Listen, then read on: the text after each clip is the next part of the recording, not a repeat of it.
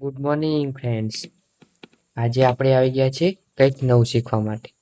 આજે પણ આપણે એક પ્રકારનો દાખલો છે જેમાં સરવાળો, બાદબાકી, ગુણાકાર અને ભાગાકાર એમ સમસ્ત 4 અલગ અલગ દાખલાનો સમાવેશ કરેલ છે. તો સૌ પ્રથમ તો આપણે પ્રશ્ન કઈ રીતનો છે તે સમજી લઈએ અને જાણી લઈએ. તો આજે આપણે સરવા બાદબાકી બધું જ જોવાનું છે. અહીં જોઈ લઈએ કે પ્રશ્ન કયા પ્રકારનો છે. અહીં આપેલું છે 42 વત્તા 3 ગુણ્યા 4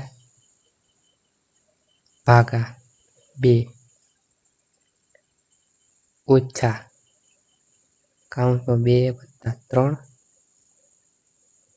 આ આપણને શોધવાનું છે.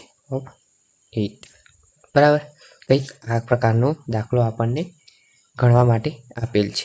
તો અહીં ફરી એકવાર જોઈ લઈએ તો 42 વત્તા 3 ગુણ્યા 4 ભાગ્યા 2 કાઉન્સમાં 2 વત્તા 3 ને 8. તો આપણને જોવાનું છે. બરાબર. લાસ્ટમાં કેટલો જવાબ આવે તે આપણને જોવાનું છે.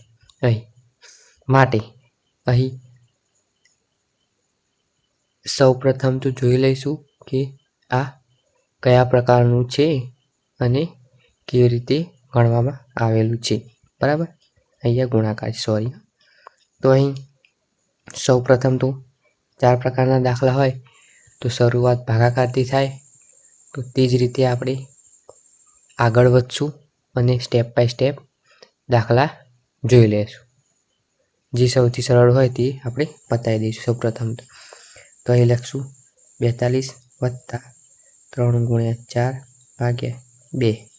પણ અહીં આપણે આ કાઉન્સ ભેગું કરી દઈએ. બરાબર. તો 2 અને 3 કેટલા થાય?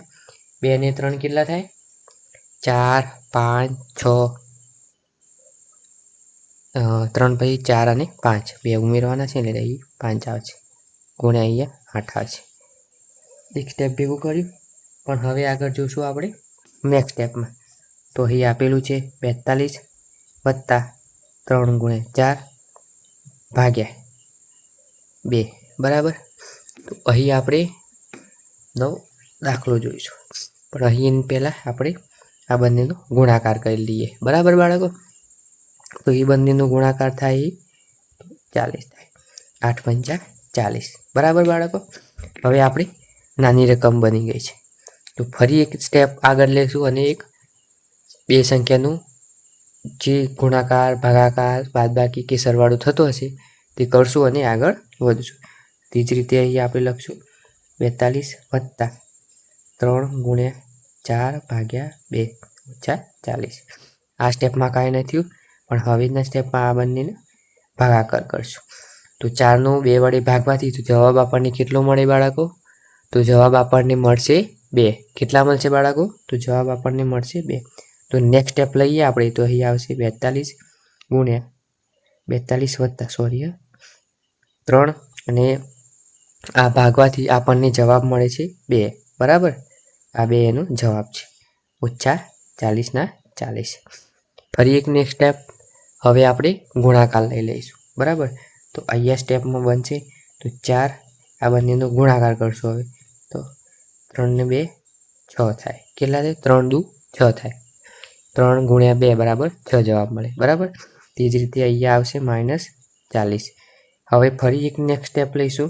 તો આ બંનેનો સરવાળો કરી દઈશું સૌ પ્રથમ તો 42 અને 6 નો સરવાળો કેટલો થાય બાળકો?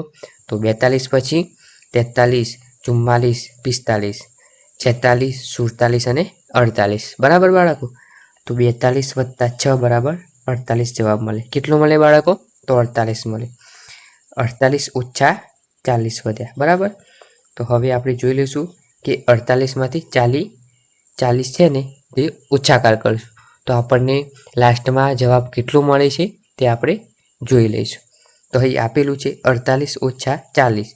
તો 48માંથી 40 જાય તો કેટલા રહે બાળકો? 48માંથી 40 જાય તો કેટલા રહે? તો વધે 8. તો આ આપણો લાસ્ટ જવાબ રહ્યો. તો આનો આન્સર મળે 8 આપણો ફાઇનલ આન્સર મળે. આ દાખલો અહીં આપણે પૂર્ણ કરીએ છીએ. અહીં આપેલું હતું 42 + 3 × 4 ભાગ્યા 2 ઓછા કૌંસમાં 2 + 3 × 8. સંપૂર્ણ માહિતીનું સ્ટેપ બાય સ્ટેપ ગણવાથી આપણને સંપૂર્ણ રીતે અને ઇઝી રીતે આપણને જવાબ મળી ગયો છે, જે 8 આપણને શોધ્યું. બરાબર. તો આવા જ દાખલા ડિફિકલ્ટ હોય છે, પણ આપણે શાંતિપૂર્વક અને ધ્યાનથી ગણવાથી તે આપણે સારી રીતે અને સરળ રીતે આપણે સમજીને તેને પૂર્ણ રીતે ગણી શકીએ છીએ અને સરળતાથી 5માંથી 5 માર્ક્સ લાવી શકીએ છીએ. બરાબર. પણ તો એક સ્ટેપમાં ભૂલ થઈ તો આખો દાખલો ખોટો. પણ સ્ટેપ બાય સ્ટેપ જવાનું, ધીમે ધીમે ગણવાનું, 2 વાર ગણી, એકવાર કાઉન્ટ કરીને ગણી અને એકવાર મોઢે ગણીને જોઈ લેવાનું કે બંને જવાબ સેમ છે કે નહીં. પહેલાં આપણી ખાતરી કરી લેવી અને સ્ટેપ બાય સ્ટેપ ગણવાથી ગણિતના વિષયમાં સંપૂર્ણ માર્ક્સ તમે મેળવી શકો છો. બરાબર. તો આવા જ વિડીયો લઈને આવશું આપણે નેક્સ્ટ વિડીયોમાં. અને જો તમારે તમારે કોઈ પ્રશ્નમાં પ્રોબ્લેમ હોય તો જરૂરથી મને કોમેન્ટમાં જણાવજો. ફરી આવો વિડીયો લઈને મળીશું નેક્સ્ટ વિડીયો. ત્યાં સુધી બાય બાય. પણ જો ના આવડતો હોય તો કોમેન્ટમાં જરૂરથી જણાવજો, જેથી હું તમને 100% મદદ કરીશ તેને સંપૂર્ણ રીતે સમજાવવાની અને સંપૂર્ણ રીતે તમારી સાથે પ્રેક્ટિકલ ગણાવવાની. ફરી મળીશું નેક્સ્ટ વિડીયોમાં. ત્યાં સુધી ટાટા.